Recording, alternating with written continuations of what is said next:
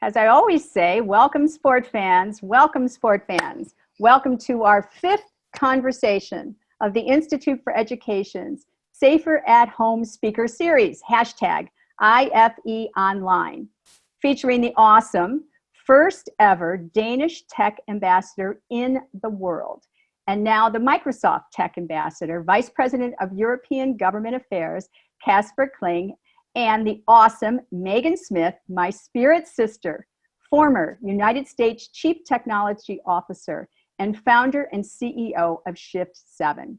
Casper and Megan, you are both IFE veterans and have IFE DNA, continuing the tradition of distinguished special guests from Nobel Prize laureates to Supreme Court justices. And now we will hear from IFE's Senior Advisor, Kaivan Shroff. Thank you, Kaivan. It was your idea that we invite Casper to be today's special guest. Kaivan? Yes, we're so excited to have you with us again, Ambassador, and look forward to your perspective on Europe's digital agenda, especially during a COVID pandemic. And just a reminder to follow both IFE and Casper on Twitter. I'll be sure to share that info in the chat for this Zoom. Thanks, Kaivan. And Casper is a Twitter and LinkedIn star, I have to tell everybody. So welcome to our extraordinary and plenipotentiaries, ambassadors from Singapore and Albania and Luxembourg, the Bahamas, Nicaragua, the U.S. ambassador to Monaco. Welcome diplomats from the EU, Sweden, Belgium, Moldova, Cyprus, Ireland, Romania, the Czech Republic, Argentina, Austria, and friends from around the world. And Matt Lira from the White House Office of American Innovation, IFE Gold supporter, great to see you. A big shout out to our lead support with massive gratitude, Microsoft, IFE Innovation Steward Amy Geng and Todd Park, IFE Stewards Dr. R. David Edelman and John Paul Farmer. Now, IFE's free computer science at the University of Southern California Coding Camp wrapped up our sixth season last week with distance learning this year, of course. We had over 1,500 kids enrolled this summer, K to 12, little 5 and 6-year-olds to 18-year-olds. I attended many of the classes, and I have to say, parents and teachers and school administrations, I feel your challenges. It is rough, and you are all champions for your children. IFE has been leading the way for diversity with computer science at the University of Southern California for Turvey School of Engineering for 6 years running now. Megan Smith was our inspiration and continues to be. And now to introduce Megan, we have the rock star, the legend, my spirit brother, Todd Park. Thanks so much, Coach. It's so great to see everybody today. Thank you, Coach and IFE, as always, for bringing such an amazing group of people together from across the globe. In times like these, it's more important to have gatherings like these than ever. So it's my great pleasure to introduce someone who needs no introduction. I love introducing her anyway, my dear friend Megan Smith. Megan has always been at the forefront of using tech and innovation for good. And one of her many, many superpowers is her ability to inspire everyone massively around her to join in on this mission. She's currently the CEO and co-founder of Shift7, an incredibly innovative outfit which works collaboratively with communities to use tech to solve systemic, social, environmental, and economic problems. Prior to this, of course, she served as the third Chief Technology Officer of the United States. And prior to that, she had a long and distinguished career in tech, including at General Magic. We were talking about that earlier in the call, in the prep call, Google, Google.org, and Google X. She's a longtime collaborator with IFE and inspired, as Coach said, IFE Computer Science at SC Free Coding Camp at USC. She is a truly extraordinary evangelist for and leader of thought and action regarding how to harness the power of tech and innovation to make life better for literally everyone. Please welcome my dear, dear friend, my spirit sister, and a truly amazing human being, Megan Smith. Thank you, Todd. Thank you, Coach. Thank you, team. It's great to be here with everyone. Just posted just a couple links into the chat. Casper, you are a breath of fresh air because what you've done is gone across boundaries. not only national boundaries. You know, you have just incredible, I don't know if people have seen Casper's bio, but you have, you know, been in so many different countries as ambassador, as a leader, as a thinker. Indonesia, you know, Papua New Guinea, many places, also working with NATO on reconstruction, Afghanistan, other places. I just think that you have brought your passion for interconnecting people and solving problems and your move to action. And so it was wonderful to see you become, you know, the first tech ambassador, and to see Denmark, you know, in that leadership role, and the EU. I served, we were just talking before, you know, as we gathered on Zoom about the global tech panel that Federico Mogherini had put into place, and you're now at Microsoft, and of course Brad Smith is there. This idea of getting rid of all these silos and moving across not only national borders, as you've done, but also discipline borders. Coach, I love that you shared the work that we did with USC and this idea, you know, computer science for all, coding for all. I have some Raspberry Pis here, you know, and some Arduinos. This is just the little board from your cell phone, right? And why shouldn't this be as familiar as books and other things? You know, and should we know the history of the incredible Ada Lovelace, who thought of algorithms at the same time as Darwin wrote The Origin of Us.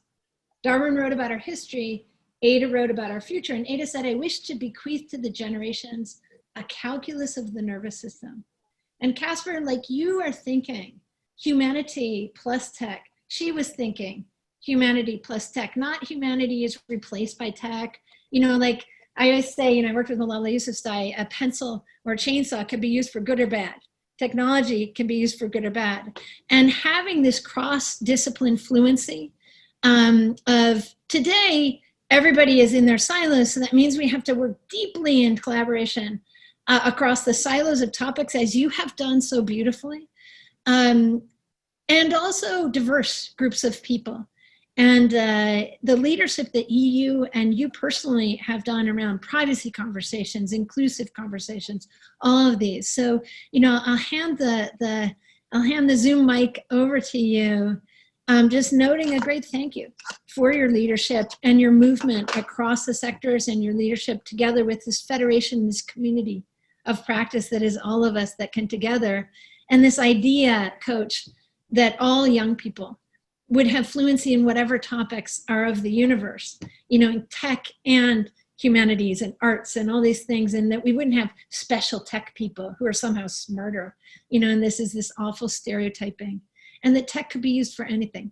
It could be used for justice and inclusion and solving the challenges. You know, Todd, you're working so much on COVID solutions with everyone.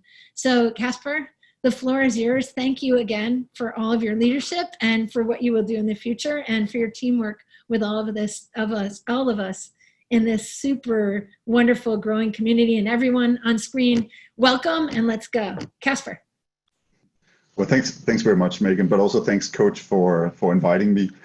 It actually means a lot to me because, you know, when you move to the dark side, when you come from government, go over to a company, you don't know how many friends you lose along the way. And since I have so many friends in Institute for Education, it actually means a lot to me to be invited back. So thanks to everybody, to Todd, Karen, Amy, and not least to you, Coach, and to you, Megan, for allowing a European that went back to Europe to speak a little bit about what's happening in this tech world.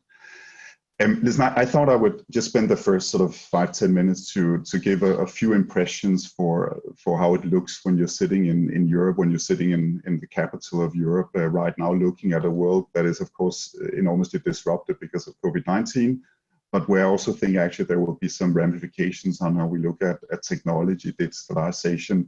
But I also think, which I know, Coach, means a lot to you as well, sort of the transatlantic aspect of keeping us together also in times of turmoil. So I'll say a few words and then I actually look forward to the conversation. I also look forward to listening to Megan and to Todd.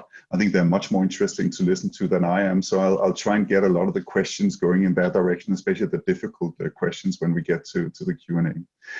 But listen, I think the first thing I would say is one of the difficulties, I think, in understanding where Europe is right now. If you're sitting in Washington, D.C., or if you're sitting in Tokyo or in Beijing, perhaps even in Shenzhen or in Silicon Valley, is that I think most European decision makers, public or private, when they wake up in the morning and look at the world map, that world map is increasingly becoming bipolar, with the US and Asia occupying a lot of the territory. I think, this is where the big technology companies are coming from. This is where a lot of the products, a lot of the new technologies that we're using has its beginning. And I also think, especially when you look at some of the big players around, including the one that I decided to work for, we don't have a lot of those in Europe, unfortunately, right now. So I think in many ways, what people sometimes misunderstand is that that's the perception, that's the prism that most Europeans look at the world through when you talk about technology and digitalization. That doesn't mean that Europe doesn't have innovation. I think when you look at the number of patents, or when you look at the number of startups in Europe, I think, Megan, you spoke about that in the Global Tech panel with former High Representative Mogherini as well. It's not a bad picture at all. We have some pretty interesting data sets on what's happening in Europe. The problem in Europe is we're not scaling those companies to the same level as you are in the US, or as we're increasingly seeing happening in not least in China. So Europe is not a superpower on technology and digitalization. I think where Europe is a superpower, and you alluded to that already, Megan, is of course when you look at regulation, when you look at policies that are sort of creating the guardrails, if you like, around the technologies that we're using on a daily basis. I think if you speak to most European decision makers, and I know a few are listening in right now, I'd be super happy to hear your views on that. The feeling is probably that's not enough. We also have to look at how we become better at creating, entrepreneurs that are able to grow the companies of tomorrow. Also because the companies of tomorrow, I think they're a little bit different than the companies of yesterday in exactly what Megan spoke about before. I think, technology transcends everything. It's very difficult to talk about a company like Google or a company like Microsoft, a company like Alibaba in one specific area. I think our technologies, AI being of course the obvious example, will have a huge impact on every industry, how we do public sector work, but also how we operate as individuals, as citizens in everything we do. So I think there is a feeling in Europe that we need to do something about it. I do think that Europe will continue to be a regulatory superpower, and that's why all companies, including the massive leaders in technology coming from the US or from China, will have to align and have to look at what's happening in Europe, because some of the stuff that are coming out, the General Data Protection Regulation, of course, being an obvious example, will not only matter in Europe, it will also actually set in motion a trajectory that will impact, how technology, in this case, how privacy is looked upon everywhere. So we need to focus on what's happening in Europe as well. What I would say is I wanted to bring in one of the big conversations that we're having here in Europe for the time being, and that is very much related to the worldview, and that has to do with what is called strategic autonomy, or perhaps more specifically, digital sovereignty. It is very much about creating an ability for Europe to define its own role, define its own rules, define its own regulations, and not being dependent on the outside world as we look at innovation, as we bring out these new technologies to our societies.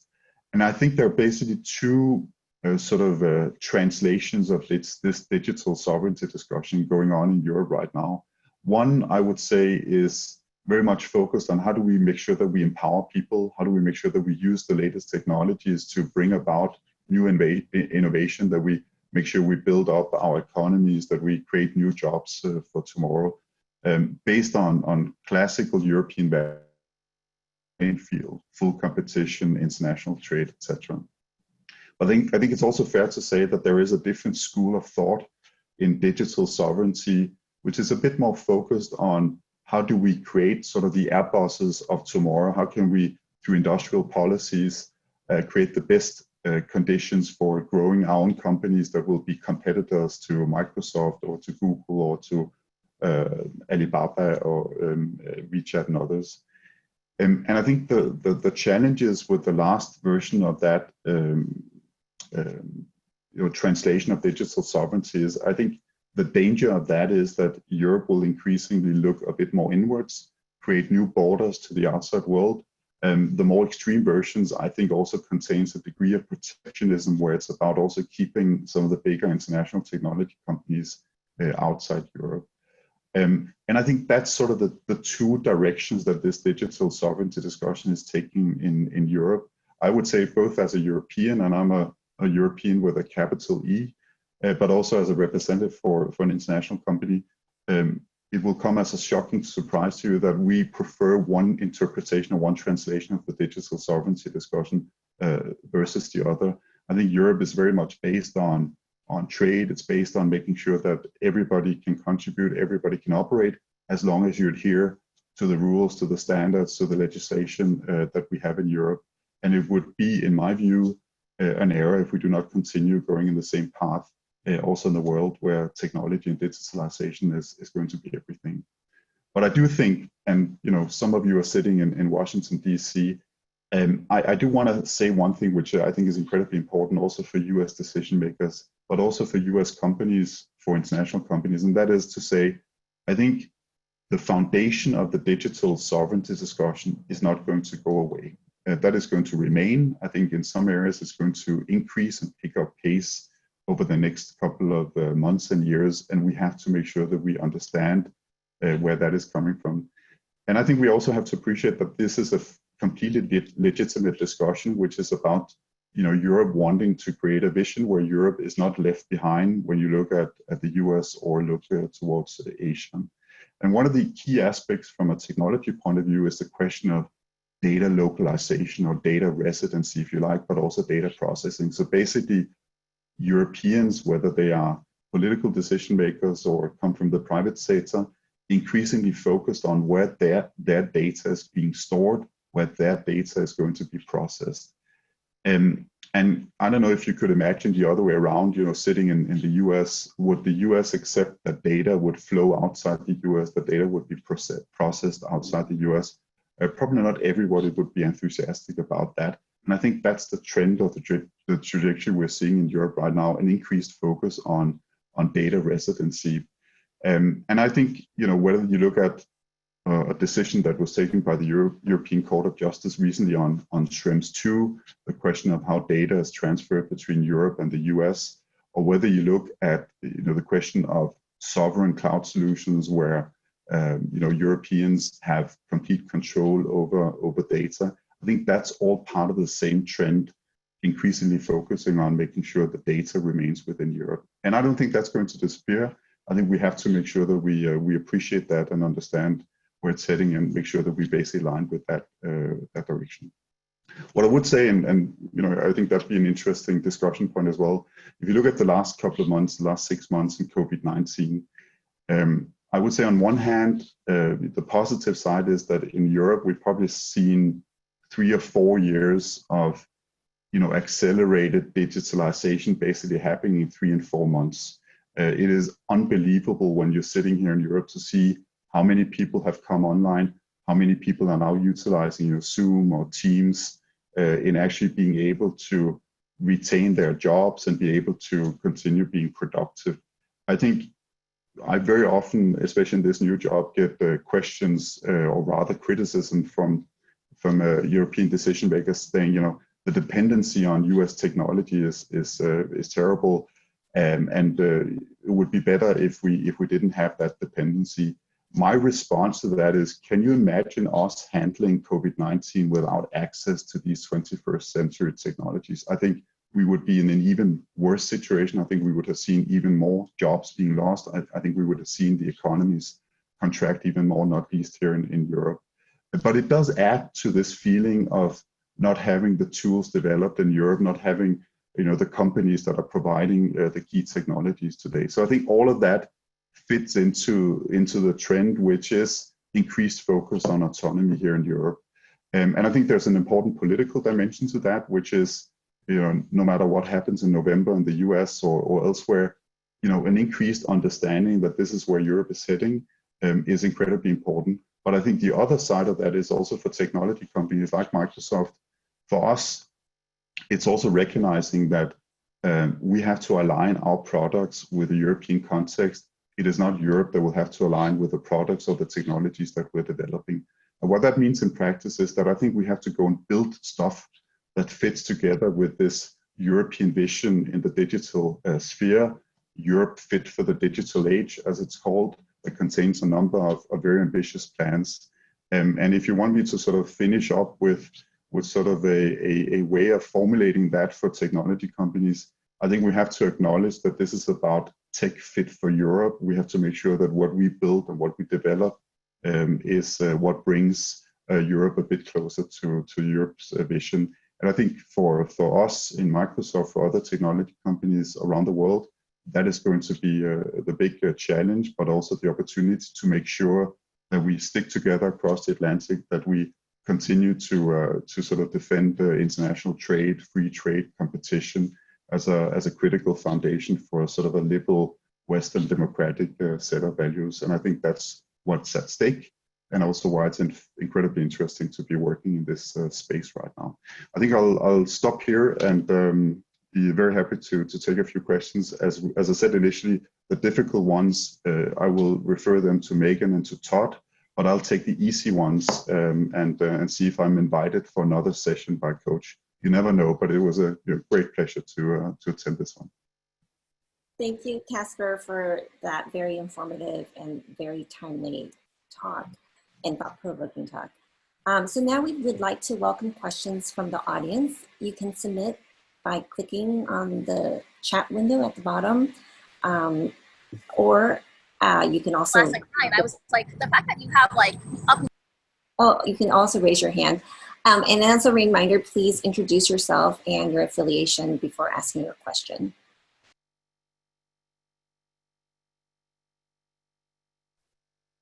Yes, Ambassador Ashok Kumar from Singapore.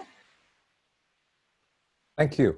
Thank you, Coach and Amy, for doing this, and thank you, Todd and Megan, for introducing Casper. Casper, you know, you've sort of, in a way, you've introduced very many important themes. I'm not sure if you'll be able to get through all of them, so I would recommend that Kathy invites you back to take up some of those themes in the future. Your new role in Microsoft and sitting in Europe, there's almost a contradiction in it.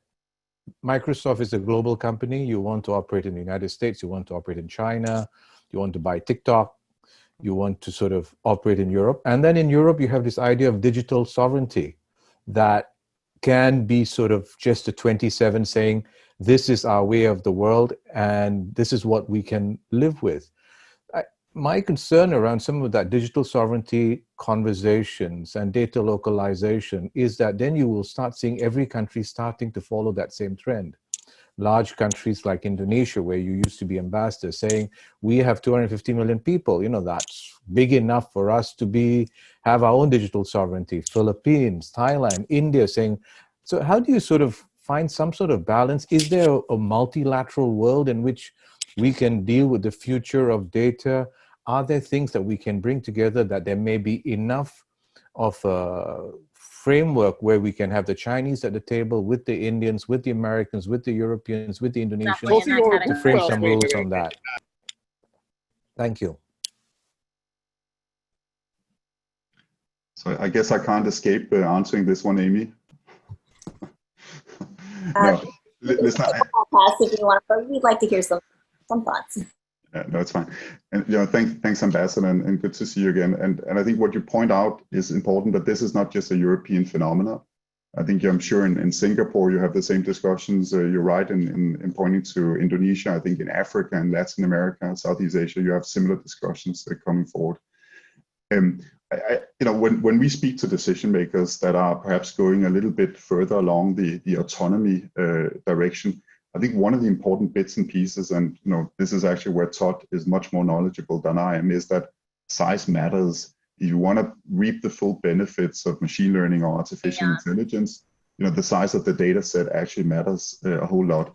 So I think it's an illusion, and I'll be a little bit more direct than I am normally in saying that you cannot create 27 sovereign cloud solutions in Europe and then think that you will be able to get access to the same quality of technology or ML or AI systems as you would elsewhere. It's simply not how the world works anymore. These technologies doesn't respect borders.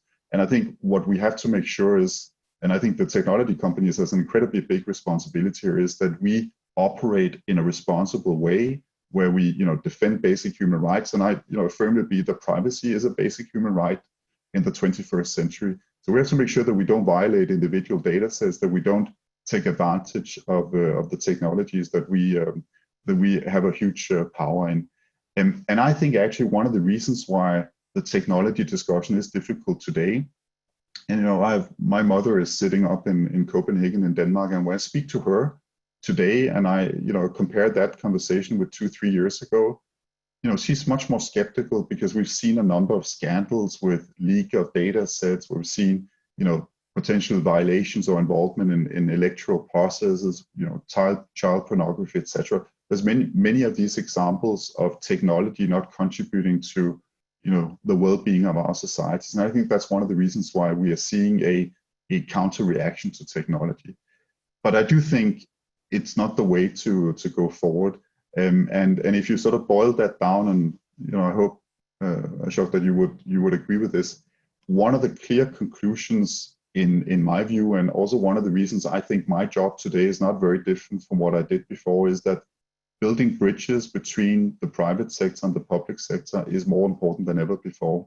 Because when I worked in government, I think we recognized that we didn't fully understand where technology was, what it was capable of doing, but also where the challenges came from in terms of technology. I also believe, and I'm saying this also representing Microsoft, that we also have to better understand governments. So I think this bridge building aspect is incredibly important, and therefore I also think a multi-stakeholder framework is really the way forward.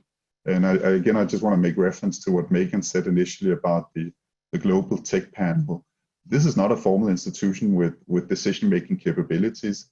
It was an advisory group, if you like, that were focusing on the consequences of technology in a geopolitical context or in a foreign policy context.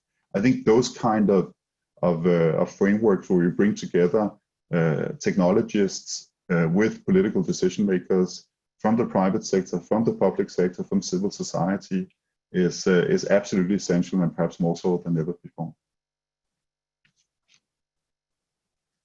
Thank you. Next, we have a question from Ambassador Gaston Stronck. It's Megan. Just a quick thing that I want to add to Casper, just for your awareness. On the right-hand side in the chat, I put some examples because I think, Casper, just really to reinforce,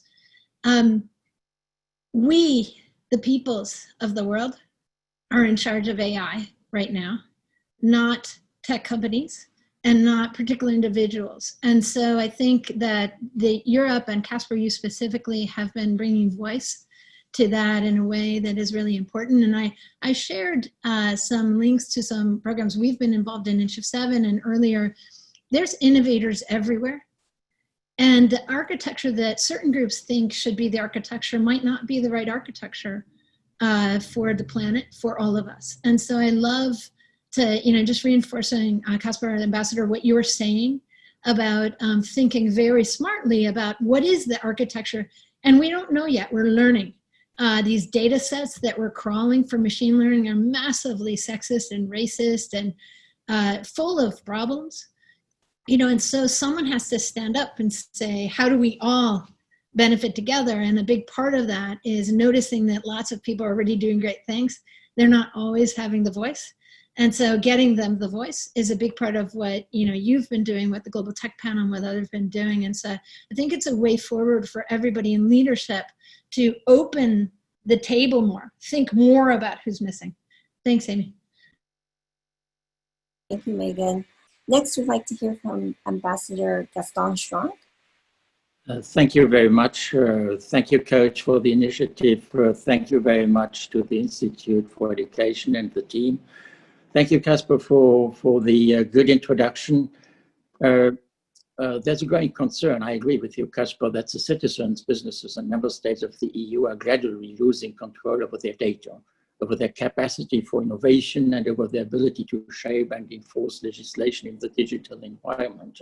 So it's obvious that the support has been growing for a new policy approach designed to enhance Europe's strategic autonomy in the digital field. And this would require the Union to up the current legal, regulatory, financial instruments and to promote more actively values and principles in areas such as data protection, cybersecurity also, and just as even mentioned, artificial intelligence. Now, the EU has been very early in going into this direction in 2016 with the GDPR. I'm very glad, Casper, that you mentioned the tech for feature, the tech fit for Europe. But on the other hand, the other side of the medal would be a kind of obstacle when it comes to innovation in Europe through the fact that we have a very strict and a very tough GDPR. And in addition to that, we have the Schrems case that is even complicating the matter. So I would very much like to hear your opinion on the two sides of the GDPR. And I could add to that question a second layer with the 5G security concerns and the ongoing action against Huawei. Thank you. Yeah, Ambassador, thanks very much for not only a good question, but also for pointing out, I think, dimensions that are incredibly important in Europe. If you just touch upon your last question, which is basically, is GDPR problem if you want to boost innovation and entrepreneurship in Europe? First thing I would say is, and I believe that as a person, but I think also, the company I represent now has been very early on in embracing GDPR, not only as an issue in Europe, but also rolling this out universally. So every person that has contact with a product we have will get the same protection that GDPR provides in a European context.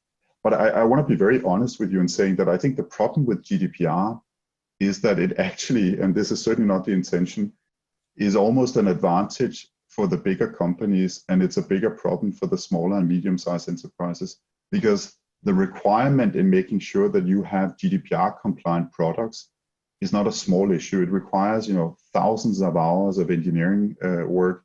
It requires a very, very systematic approach to policies. It requires a very deliberate approach to the products that you develop. So what I would say is that I think, if I refer a little bit back to my previous job, it was interesting when I was doing the tech ambassador job and meeting with companies that in the beginning they were complaining a lot about GDPR, including the big companies. And then, half a year later, nobody spoke about GDPR.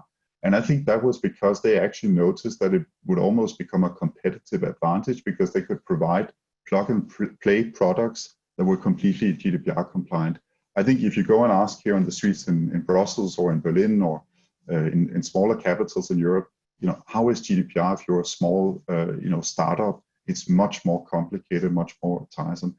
But I think the trajectory is incredibly important, and I think it has set in motion a very, very necessary focus on privacy and also the necessity of every single company to make sure that we protect the individual data in a world where that is becoming increasingly difficult.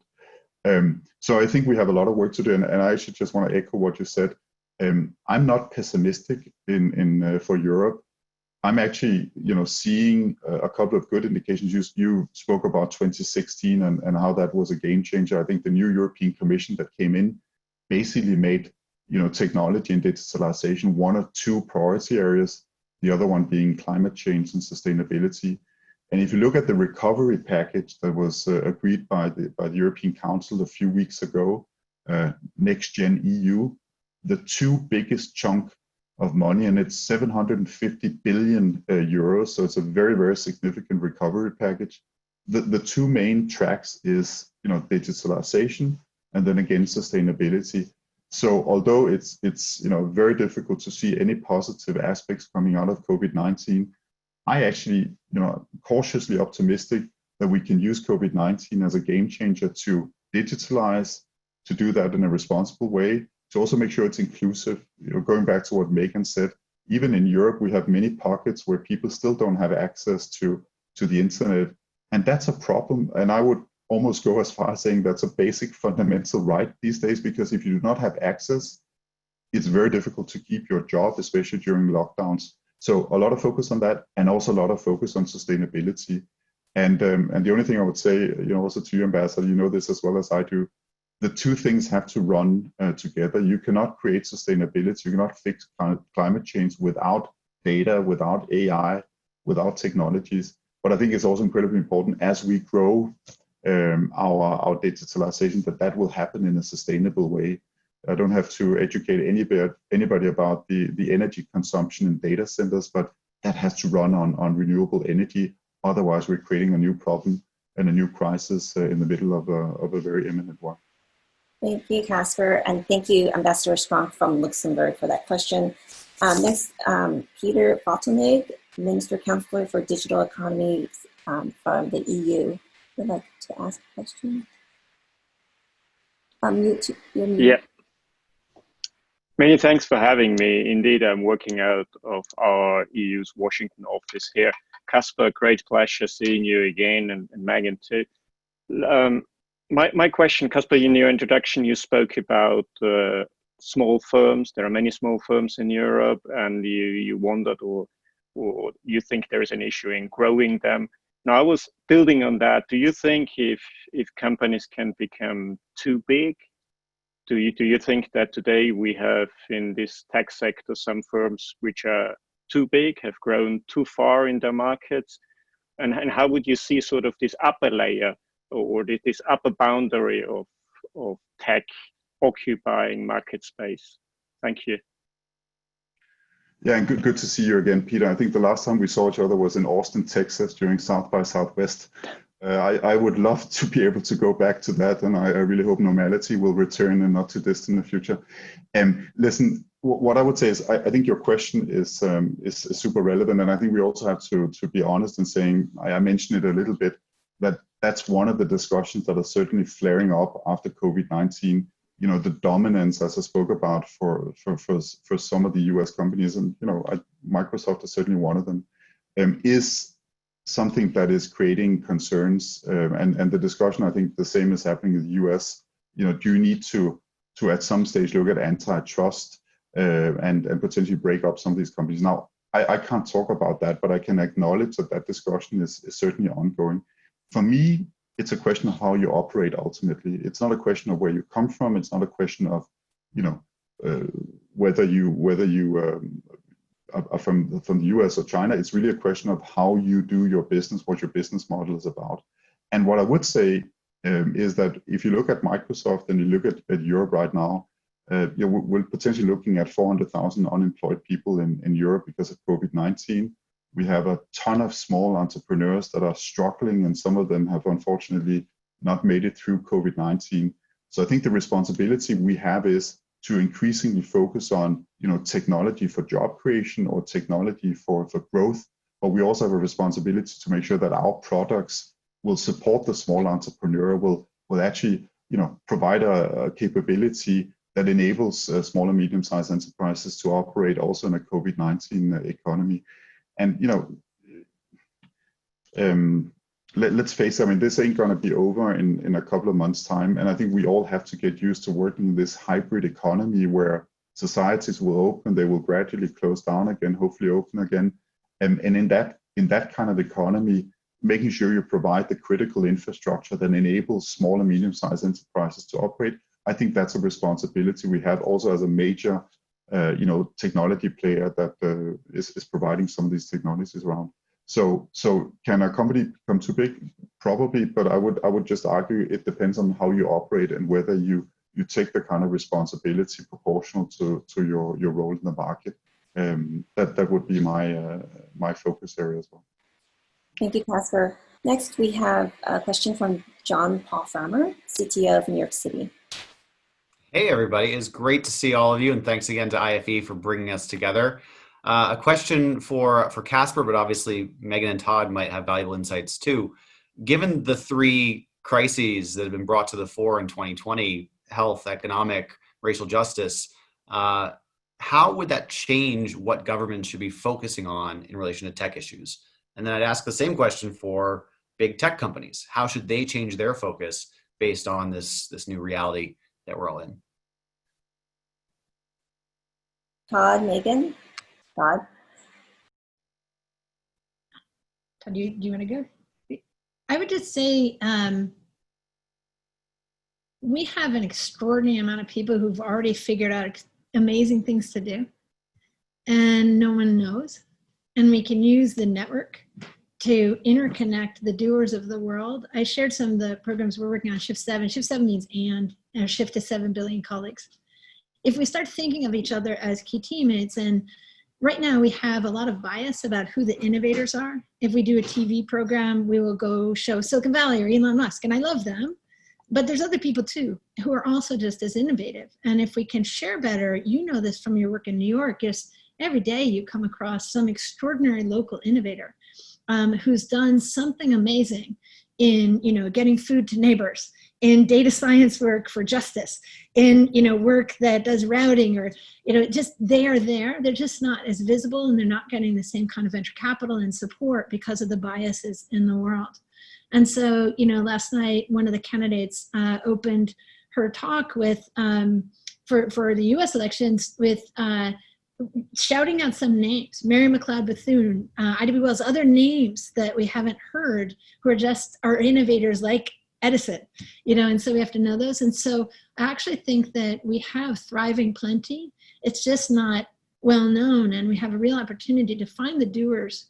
And so I love this convened community, because we across this network have such an extraordinary network of doers that if we use the resources of government, which is really, think of it like a stage on which the citizens perform with some safety nets around to get people back on, we can use our networks, our digital networks, to much more rapidly share what's working or promising.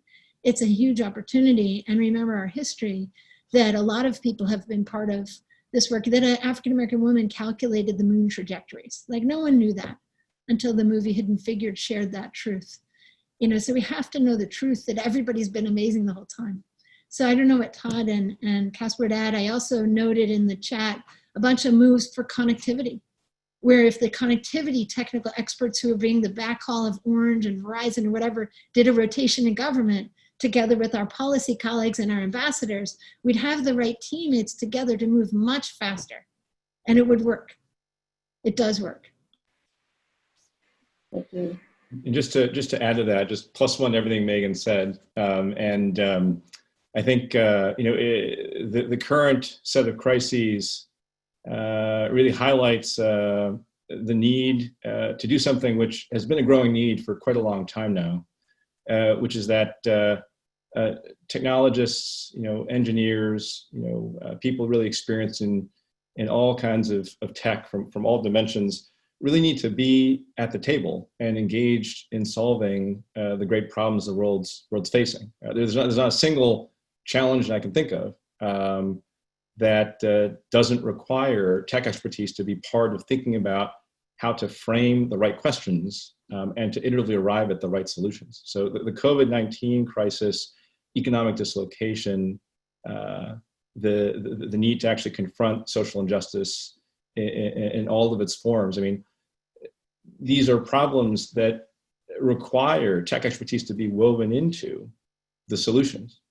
And I think historically, in governments and in companies, tech has been really siloed into a particular corner to think about like tech problems or think about tech opportunities.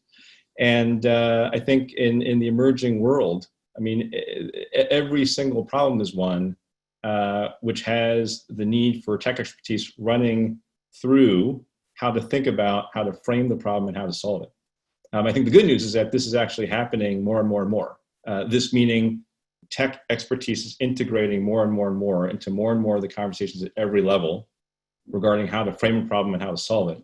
But the need to do that is going to grow exponentially as time goes on, even once we're actually through the current set of crises. And I'm really, really excited about what Casper is doing to stitch together all the threads and to weave tech into the quilt of ingenuity and creativity and thinking. And as Megan said, not just in kind of circles of power, right, that are obvious, right, but to recognize that it's in all of our power to be helpful at every level. And we need to mobilize thinkers and doers and innovators of all stripes and all circles, right, to come together and solve the crisis of the moment. Thank you, Todd and Megan. Next, we have a question from Matt Lira from the White House Office of American Innovation. Matt? Well, thank you, everyone, for facilitating this today. I'm really enjoying this conversation. I guess my question is, like, when I think about these kinds of challenges, and I think you've identified, obviously, a really accurate set of alpha level challenges, and then it kind of goes off from there.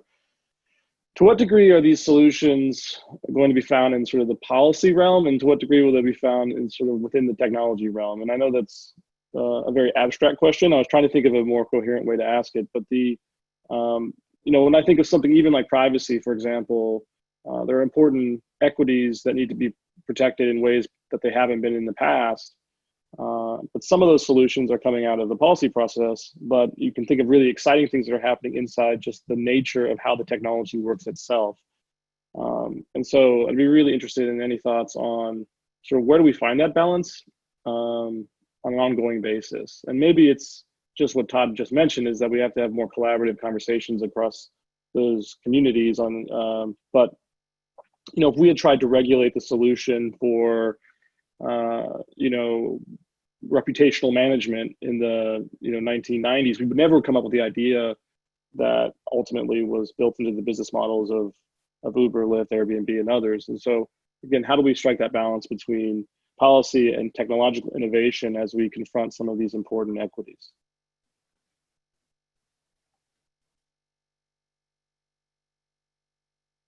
Who wants to take that first?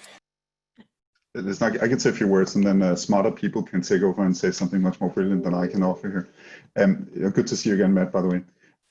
Listen, what I would say is I think the fundamental problem right now is actually the gap between policies and where technology is.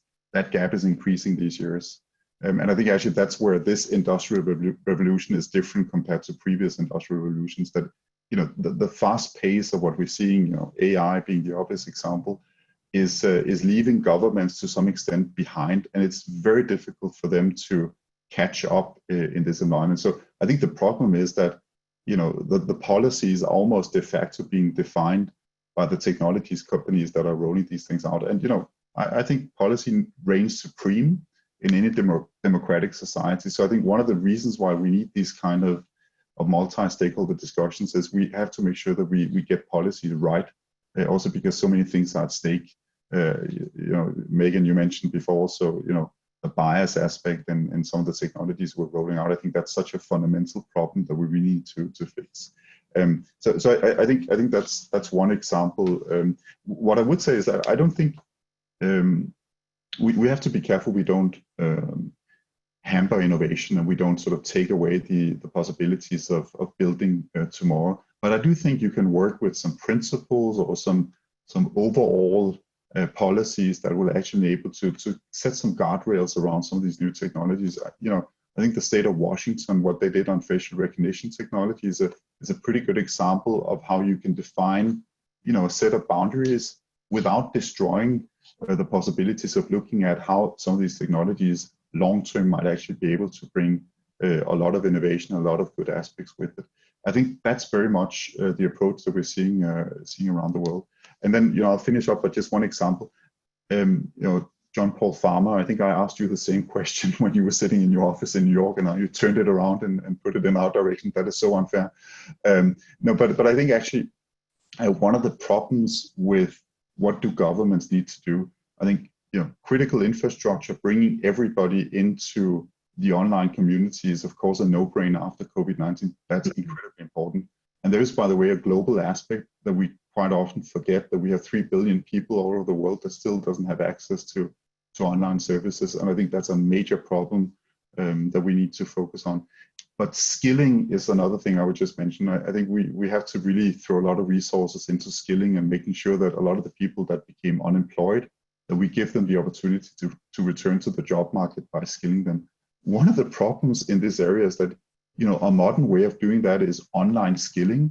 But if you look at Europe, if you get a certificate from LinkedIn or from Microsoft, that certificate is quite often not recognized in the traditional educational system. So I think that's a good example of how, you know, governments need to catch up because ultimately we have to recognize that skill sets will not only come from attending university physically in New York City, as Megan's son is doing these days. It will also come from doing online courses and upgrading and upskilling yourself. We have time for one last question from Marci Robinson, Robinson Communications, also IFE Chair of Stewards. Thank you, Casper. Thank you, Amy and Coach. And thank you, Casper, for joining IFE once again. We remain grateful. I have a question regarding, and it concerns national security, cultural, historical, has historical concerns. And that is, how does Europe go about efficiently storing the data? And do you have any concerns about losing the data during the process of storing it and keeping it? Yeah, it's interesting when you have conversations in Washington, D.C. and you have conversations in Europe, there is from time to time this sort of notion that Europe is less concerned about national security or safety aspects, and on the other hand, we're way more concerned about privacy issues that you would be in the US. It was interesting, I was just looking at statistics earlier today where it showed that actually privacy, if you ask people in the US, privacy is all the way up there, even higher on the priority list than it is in Europe. And similarly, I think the national security aspect is fundamentally important also to Europe. I think our problem is, of course, we don't have a ton of companies that are providing these hyperscale cloud solutions. And that means, again, that we are dependent on foreign companies to deliver a lot of this critical infrastructure. But I think, the discussion that I mentioned earlier about digital sovereignty, there was also a project in Europe called Gaia X, sort of a Franco-German approach to data federation, which is really, again, about creating an industry that is capable of providing hyperscale solutions in these areas. That is fundamentally also about making sure that data is safe and secure. What I would say, again, coming from government into this job, I think this is a super good example where it is absolutely essential that we bring in technologists, engineers to help us better understand what that means in practice. How can we make sure that we have safety and security around our data? And again, I would just be, we had a lot of discussions about cybersecurity in the last couple of weeks. And I think this is a really good example of an area where, 10, 15 years ago, if you look at safety and security issues, it would probably be police authorities that would be frontline dealing with this. I think today a lot of the technology companies, including Microsoft, are very frontline in dealing with cyber attacks. And the reason I mentioned this is I think that's another good example of why it is that we need to bridge and bring people together to try and find the best possible solutions in areas that are enormously complicated for ordinary people. I certainly don't claim that I fully understand how data center operates and where the data is moving around. But I think that increased understanding is fundamentally important in this time we live in. Thank you, Casper. Megan, Todd, care to comment?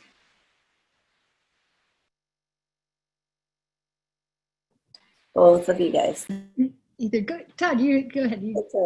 I have ideas, but I just my main thing. I always return to finding people who are already doing things and solutions, and getting the confidence to work across these silos. These are the hardest challenges of our time. Others have faced hard challenges.